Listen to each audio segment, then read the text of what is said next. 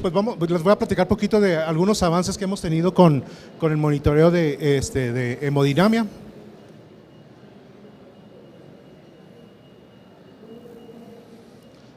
Entonces, en breve vamos a explicar poquito o hablar poquito de lo que es la hemodinamia y los 4 factores que afectan las condiciones hemodinámicas. En cuanto al corazón, pues lo que es la contractibilidad del corazón, del miocardio y la frecuencia cardíaca. Y luego tenemos otros factores como es el volumen intravascular y la vasoactividad o la vasoconstricción. Entonces vamos a hacer un cierto de comparación entre la tecnología que conocemos, que hemos estado usando por los últimos años, tal vez por las últimas décadas, y cómo la hemos modernizado algo. Vamos a hablar primero de la tecnología pasada, lo que es la línea arterial. Entonces la línea arterial es colocar un catéter arterial en el cual vamos a poder monitorizar lo que es la presión arterial sistólica, la diastólica y la presión arterial media. Esto va a ser en tiempo real, entonces nos va a indicar cambios que podemos ver de manera inmediata. Y aparte nos va a ayudar para valorar estas variaciones en pulso. Los monitores cuentan con lo que es la gráfica de trend, de relación, entonces podemos ver si es que han existido cambios en los últimos, en cierto tiempo.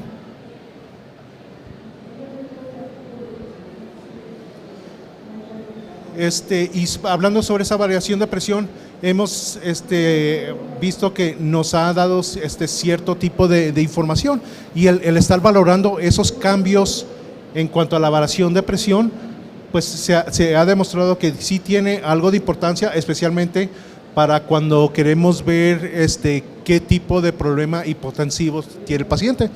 Hablando específicamente de shock, no es un buen indicador si es un shock que va a responder a volumen o no. ¿Cuáles son las ventajas de la línea arterial? Pues fácil de usar, ¿verdad? Monitoreo de la presión arterial en tiempo real, tiene sus representaciones gráficas con cada pulso, y para mí una de las ventajas principales es de que tengo un acceso inmediato para toma de sangre. Desventajas, pues no deja de ser un procedimiento invasivo, que nos dan los riesgos de hematomas, isquemia distal, formación de pseudoaneurisma, y obviamente siempre existe ese riesgo de infección. Otra tecnología con la que estamos bien familiarizados, que es mi catéter venoso central. Ese lo usamos para medir la PVC, presión venosa central. Y también nos ha servido mucho para infusión de medicamentos cuando ocupamos tener un acceso venoso o un acceso a vasos grandes. Ventajas: muy accesible y, como les había mencionado, muy buen método para administración de medicamentos. Desventajas: pues la información que nos va a dar la medición de esta presión venosa central, pues cada vez nos alejamos poquito de ella, porque hemos visto de que pues las correlaciones en sí no son tan exactas como pensábamos. Entonces no refleja una presión auricular derecha exacta, y seguimos con el riesgo de múltiples complicaciones, infecciones, trombosis, complicaciones durante la inserción, que puede causar hasta erosión vascular.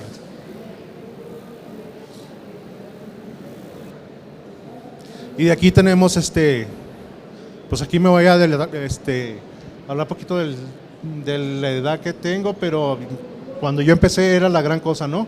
Usar los catéteres arteriales pulmonares, o el famoso Swan-Ganz. Y era todo un tema, un capítulo desde la inserción, leyendo las ondas de presión, y luego las diferentes medidas que podemos tener haciendo ciertas maniobras.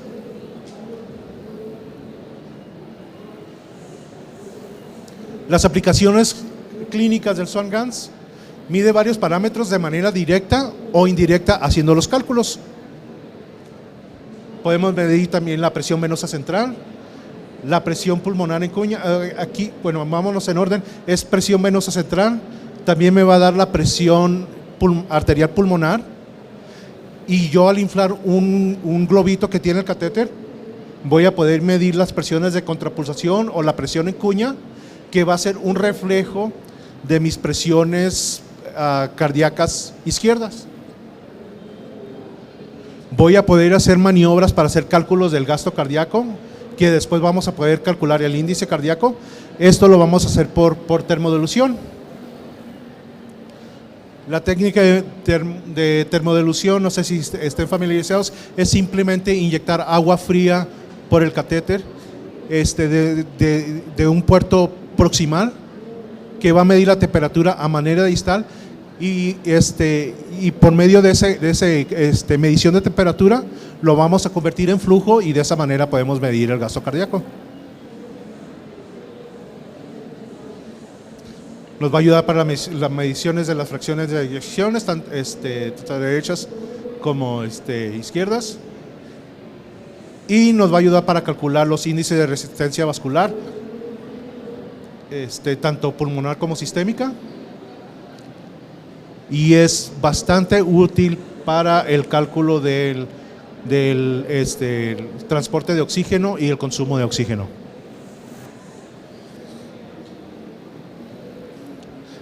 Y ya tomando en cuenta todas las mediciones que podemos hacer con el Swan-Ganz, ya tenemos ciertos parámetros a seguir para poder determinar el manejo del paciente.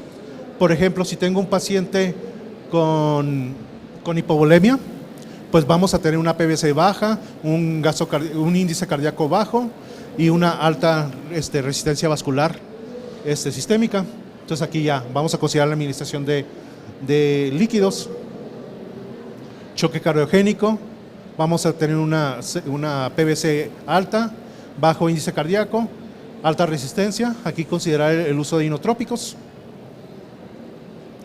o el globo de contrapulsación. Y aquí en choque vasogénico, casi igual, pero aquí ya vamos a ver que las resistencias vasculares sistémicas van a estar reducidas. Aquí considerar el uso de vasopresor, ¿verdad? Y todo esto va a ser por información que nos va a dar el Swan-Ganz. Ahora, el Swan-Ganz también va muy útil para el cálculo de la saturación venosa mixta. ¿Qué es sangre venosa mixta? Aquí vamos a tomar una muestra de sangre. A diferencia de una muestra de sangre venosa periférica, pues esa sangre simplemente refleja la zona en la cual tomamos la muestra. Por ejemplo, si estamos tomando una muestra braquial, esa sangre simplemente está reflejando el consumo de oxígeno que existe a nivel de brazo. Más ahora, si tomamos una muestra de sangre en el lugar donde más tenemos esa mezcla de sangre, que es a nivel de la arteria pulmonar antes de llegar a los pulmones, ahí nos da una buena reflexión, una buena información de qué es lo que está pasando a nivel sistémico. Y aquí ya con con los cálculos de saturación venosa mixta, ya podemos determinar ciertas patologías del paciente. Entonces, ventajas del Swan-Ganz. Como vimos, vamos a medir varios parámetros hemodinámicos y es la mejor toma de muestra de sangre mixta venosa. Desventajas, pues costoso, ocupamos de aparatos especiales, es un procedimiento muy invasivo, hay múltiples complicaciones, desde arritmias causadas durante la inserción del catéter, se puede enrollar el catéter en la hora de inserción, puede haber ruptura del globo para la emisión del globo de contrapulsación, y también puede causar daño arteriales o infartos pulmonares. Ahora, muy importante esto último, no hay reducción en los índices de mortalidad entre pacientes que pusimos un catéter Swan-Ganz o no. Entonces, puede que nos ayude de manera diagnóstica, pero en cuanto a manejo terapéutico, el índice de mortalidad sigue siendo el mismo, pacientes con o pacientes sin catéter Swan-Ganz. Ahora, vamos a hablar de ciertas actualizaciones, avances que tenemos en la evaluación hemodinámica. Como vamos a ver, no hay, digamos, una tecnología nueva de aplicación innovadora. Simplemente lo que vamos a ver es de que vamos a modificar y actualizar los equipos que tenemos, ¿verdad? Ahora, tal vez donde sí encontramos bastante innovación va a ser en el uso de ecosonograma. El ecocardiograma, ya sea directo, visión transtorácica o por medio de Doppler transesofágico, nos ayuda a dar bastante información sobre la hemodinámica del paciente. Y a mí el que más me ha impresionado es el uso del análisis de contorno de pulso y termodilución transpulmonar, porque simplemente ha sido información que hemos tenido todo este tiempo, pero con los últimos años hemos aprendido a cómo implementarlo, cómo valorarlo. Ahora, cierto de los avances de tecnología que tenemos es el sistema TrueComs. Este sistema TrueComs es simplemente otro catéter Swan-Ganz. La única gran diferencia que tiene es de que para hacer la técnica de termodilución en Swan-Ganz tenemos que estar inyectando, como les dije, solución fría para esa medida de termodilución. Aquí usa un concepto, pues al revés, aquí va a trabajar con aumento de temperatura. Entonces, en vez de tener un puerto proximal para la inserción del agua, va a tener un calentón. Ese calentón lo que va a hacer es aumentar la temperatura de la sangre y ya a manera distal va a poder medir ese cambio de temperatura. Entonces, esto lo que va a hacer es, nos va a poder dar una medición continua, no nada más de manera esporádica cuando hacemos la maniobra con el catéter Swan-Ganz. Entonces, sus ventajas es el monitoreo de gasto cardíaco continuo. Aquí lo estamos viendo en tiempo real. Y monitoreo de los mismos parámetros del catéter Swan-Ganz, pero como les digo, de manera continua en tiempo real. Desventajas, no deja de ser otra vez igual que el Swan-Ganz, un procedimiento invasivo. Obviamente esta tecnología es mucho más cara que el Swan-Ganz. Y pues en sí no me redujo el índice de complicaciones que el uso del Swan-Ganz.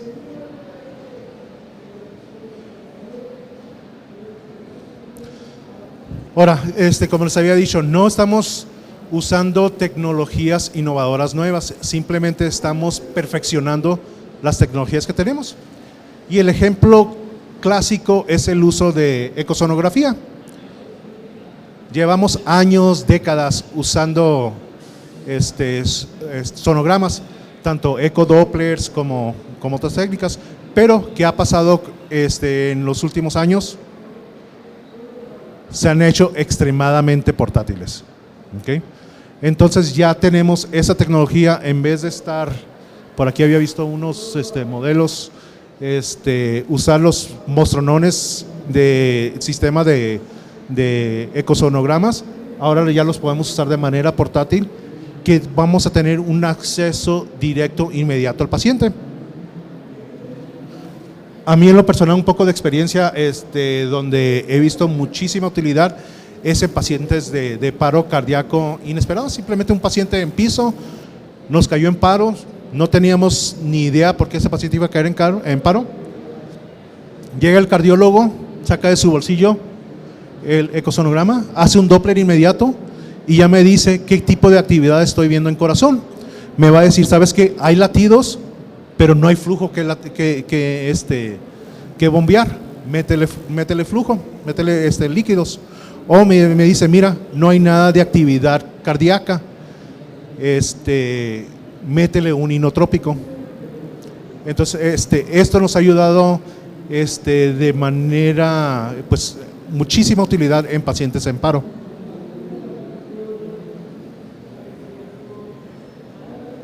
Perdón, se fue de más, se atoró eso. ¿Podemos regresar? Más, se fueron muchos de... Más, una más. Ahí, gracias.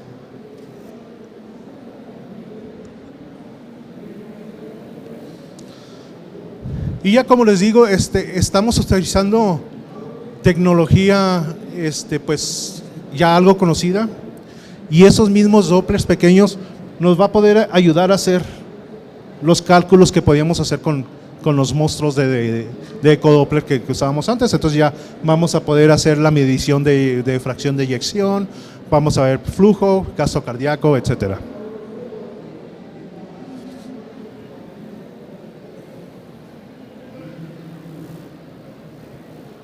Ahora, a esta tecnología queremos tener una mejor visión, una mejor visualización de lo que está pasando a nivel torácico, tanto cardíaco como a nivel aórtico. Y tenemos los ecos transtorácicos.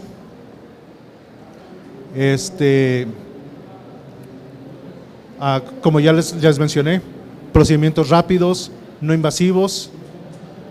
También aquí podemos ver nuestras válvulas con su funcionamiento que esté adecuado. Y mínimo equipo, ya lo vimos, pequeños, portátiles, de acceso inmediato, ¿verdad? ¿Cuáles son las desventajas? Obviamente requiere de bastante adiestración, ¿verdad? Entonces,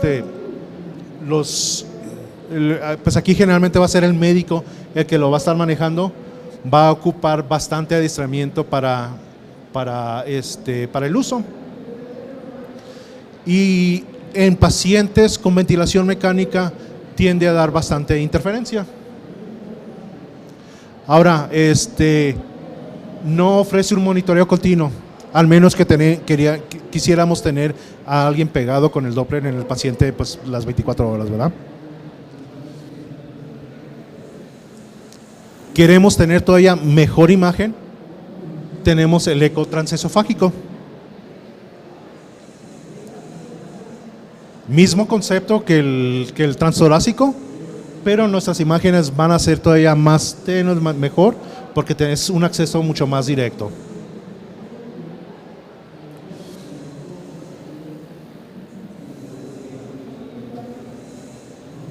Aquí vemos como este tipo de ultrasonograma va a contar con una zona mucho más pequeña que el transtorácico. Muy buena correlación con el gasto cardíaco. O sea, si hacemos una comparación de la termodilución, los números son casi idénticos. El gasto cardíaco aquí lo vamos a poder medir casi directamente, porque aquí lo estamos valorando con el flujo aórtico. Y esta medición, pues sabemos casi que el esófago corre paralelo a la aorta. Entonces aquí esta visión pues lo vamos a poder hacer comparativa conforme vamos ascendiendo o descendiendo este ecosonograma.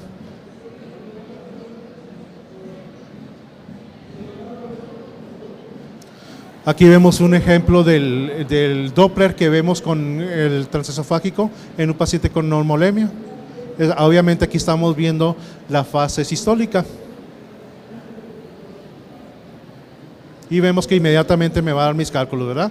Gasto cardíaco y otras mediciones.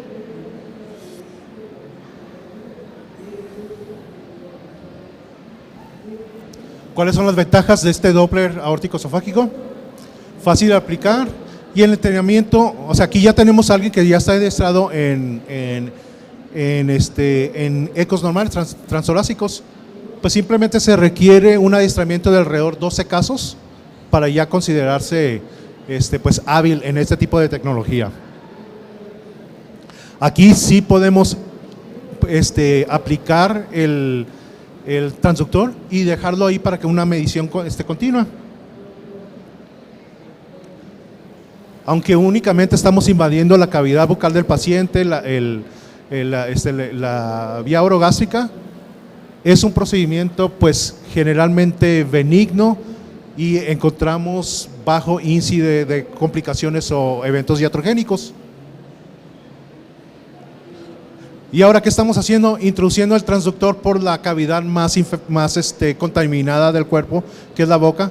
Entonces, pues mis riesgos de infección van a ser muy menores. Desventajas, obviamente, es una tecnología cara. Estamos invadiendo, otra desventaja es, pues obviamente, si el paciente está consciente, va a tener muy poca tolerancia, ¿verdad? Entonces, generalmente, este tipo de procedimiento lo vamos a usar en pacientes inconscientes y tiene muchísima utilidad en mis pacientes que están intubados y sedados. Otra desventaja es, especialmente si voy a querer un monitoreo continuo, es de que este sensor se me puede mover, se puede desplazar ya sea con los movimientos del paciente, traslado X. Entonces tenemos que estar poniendo bastante atención en cuanto que no se me esté moviendo ese sensor.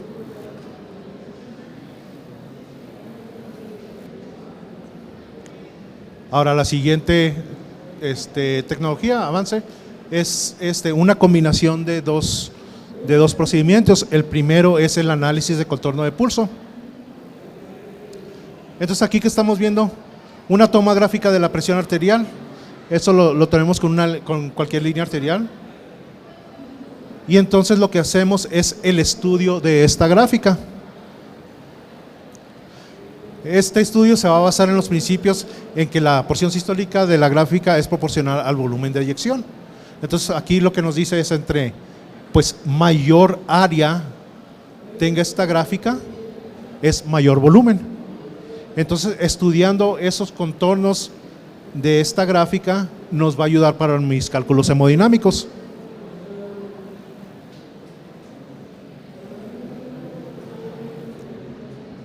Ahora, si añadimos a esto mis conocimientos que tengo,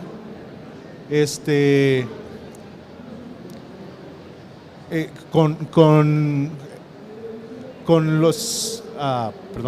el gasto cardíaco, aquí ya puedo convertir esas gráficas de flujo en volúmenes de eyección, en cuánto volumen en sí está expulsando ese corazón. Y aquí tenemos, pues no voy a entrar en detalles, pero la fórmula que usamos aquí se va a determinar entre la longitud, altitud de la onda, las distancias, y con esto ya voy a poder hacer mis cálculos de gasto cardíaco.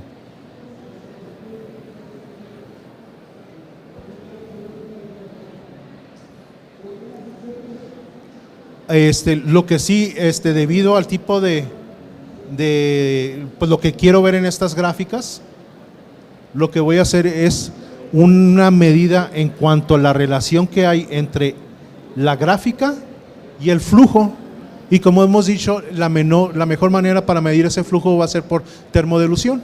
Entonces aquí hago una combinación, hago una maniobra de termodilución comparándolo con la gráfica arterial, y ya gracias a eso voy a poder hacer mis cálculos.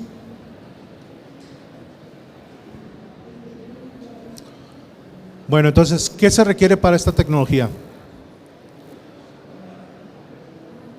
Voy a usar un catéter arterial y a la vez voy a ocupar un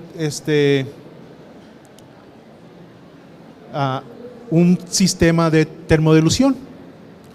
Ya cuando tengo estos dos sistemas, voy a usar lo que es, aquí nos vamos a enfocar más en lo que es el pico. Este es basado en cuanto a cambios de temperatura, voy a poder medir mi cardio cardíaco. El LiDCO va a usar componentes de litio para la medición. Vamos a inyectar pequeñas cantidades de litio que vamos a poder medir, pero en sí siendo que existen ciertas complicaciones con el uso del litio, nos hemos enfocado más simplemente con cambios térmicos usando la tecnología Pico.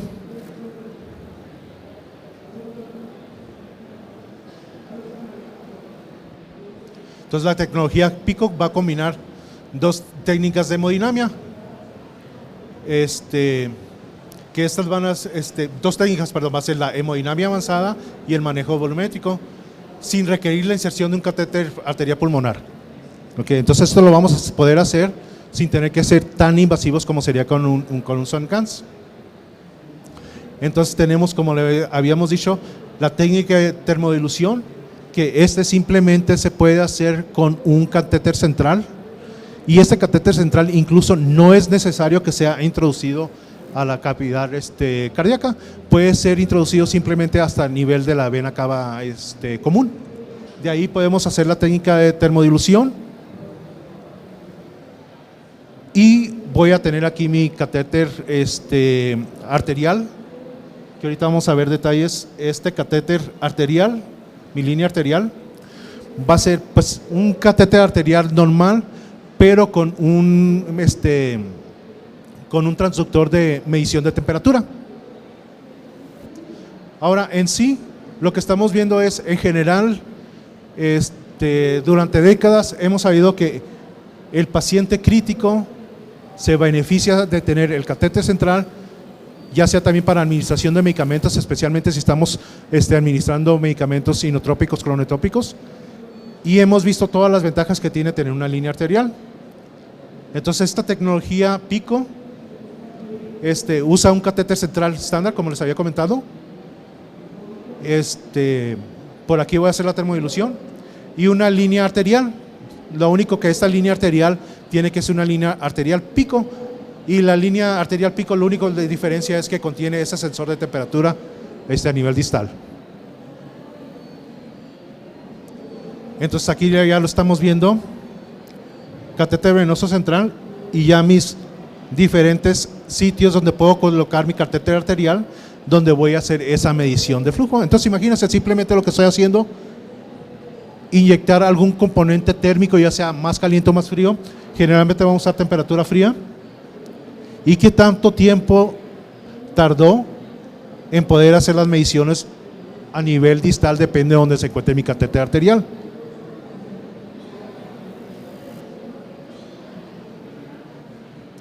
Entonces aquí lo vemos, se inyecta el agua fría a través del catéter venoso central, y después vamos a tener una medida de temperatura que se va a encontrar en el catéter arterial, y ya con esta información voy a poder calcular mi gasto cardíaco. Y aquí está la sencilla fórmula que se utiliza para hacer ese cálculo. De nuevo aquí veo catéter venoso central, voy a inyectar por aquí el agua fría, mis diferentes sitios donde puedo insertar mi catéter arterial PICO, que va a estar conectado a los transductores, tanto de presión para tener las gráficas de presión, y el transductor de lectura térmica.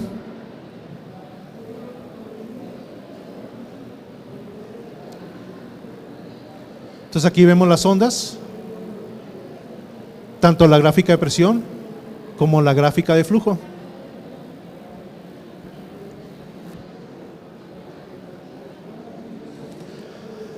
Y ahora, ¿cómo funciona esta tecnología? Pues sabemos de que ese flujo sanguíneo, si lo inyecté a nivel de cava, va a pasar por diferentes estructuras, diferentes huecos que encontramos.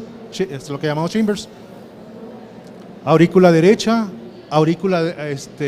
ventrículo derecho, circulación pulmonar, y después aurícula izquierda, ventrículo izquierdo. Ahora, yo lo que espero ver que dentro de estas cavidades grandes haya una termodilución. Ahí vamos a ver los cambios de temperatura más grandes durante esta medida. Entonces aquí lo vemos, pero de manera representada en cuanto a chambers, a huecos: aurícula derecha, ventrículo derecho, pulmón, que se va a considerar el compartimento más grande, y mi corazón izquierdo. Entonces aquí son los sitios de mezcla, siendo este el más grande. Ahora, tomando en cuenta de que este es el sitio más grande, me va a poder reflejar para poder diferenciar lo que está pasando entre corazón derecho, corazón izquierdo o circulación pulmonar y circulación sistémica. Y ahora con esta tecnología mínimamente invasiva a comparación del Swan-Ganz, voy a tener exactamente los mismos cálculos, si no es que más.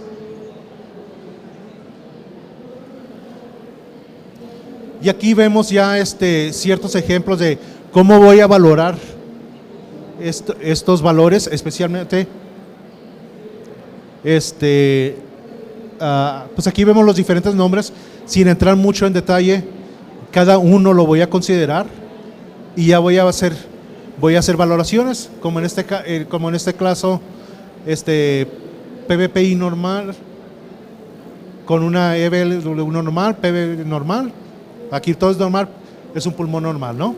Pero aquí ya de acuerdo a ciertos factores, aquí es donde va a entrar bastante utilidad, porque aquí ya voy a poder distinguir hasta el tipo de edema pulmonar que sufre el paciente, ya sea hidrostático o si sea por problema de permeabilidad, como vemos en CIRPA. Aquí igual, haciendo una medición de los diferentes cálculos, haciendo la comparación, me va a llevar a diferentes diagnósticos. Y en sí las aplicaciones clínicas, pues me va a decir cuál es nuestra condición actual, y eso generalmente se va a dar por medición del gasto cardíaco, ¿verdad? ¿Cuál es mi precarga? Lo voy a ver con la medición del GDB, que se engloban en el volumen al final de la diástole. Ocupo administrar volumen para aumentar el gasto cardíaco. ¿Cuál es mi poscarga? Eso va a ser medido gracias a nuestras mediciones de resistencia vascular. ¿Y cuál es la condición de mi pulmón? Si es un pulmón seco o es un pulmón que se está ahogando.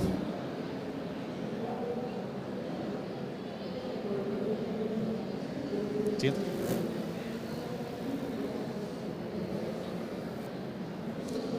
Entonces, a diferencia del catéter Swan-Ganz, nos puede dar bastante información de lo que está pasando a nivel de la extravascularización pulmonar, que nos ayuda, como les digo, a diferenciar entre un edema agudo de pulmón por hidrostático o si es debido a problemas de vascularidad. Y también así nos va a dar una información de respuesta en tiempo actual de cómo está respondiendo esos pulmones en cuanto a volumen.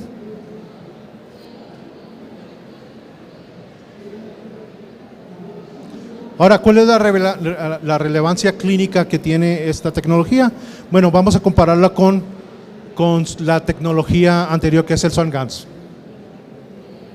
Aquí se hizo un estudio de 101 pacientes con edema pulmonar, ya sea cardiogénico o por tipo de CIRPA.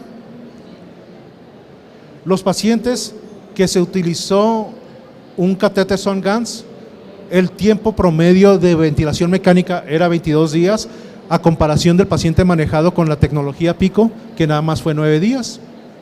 Y la estancia en la UCI disminuye de 15 días a 7 días.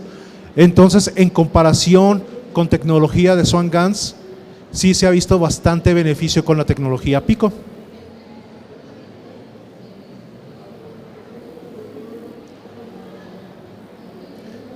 Y otra vez viéndolo, aquí en estas curvas, es porque nos da una información un poquito más minuciosa en cuanto, no tanto es qué tanto requerimiento de volumen tiene el paciente, sino cómo está respondiendo el paciente a ese volumen.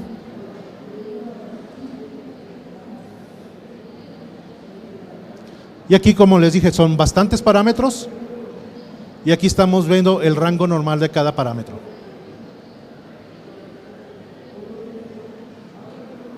Ahora, en conclusión, el monitoreo hemodinámico nos va a ayudar a detectar de manera temprana cambios en la condición del paciente. Y esto es gracias a los avances tecnológicos, tenemos nuevas técnicas menos invasivas. Pero a final de cuentas, ¿cuál va a ser nuestra mejor arma? El cuadro clínico del paciente. Entonces, esta tecnología nos va a dar muchísima información, pero a esto debemos de aunarlo a lo que es en sí el cuadro clínico y la valoración clínica que hacemos nosotros del paciente. Eso, aunque es una tecnología que ha existido, pues podemos decir por siglos, no deja de ser anticuada, sigue siendo la tecnología pues más relevante, ¿verdad? Nuestro ojo clínico y nuestra experiencia en cuanto a manejo clínico del paciente. Bueno, no sé si tengan preguntas, si no, pues muchas gracias.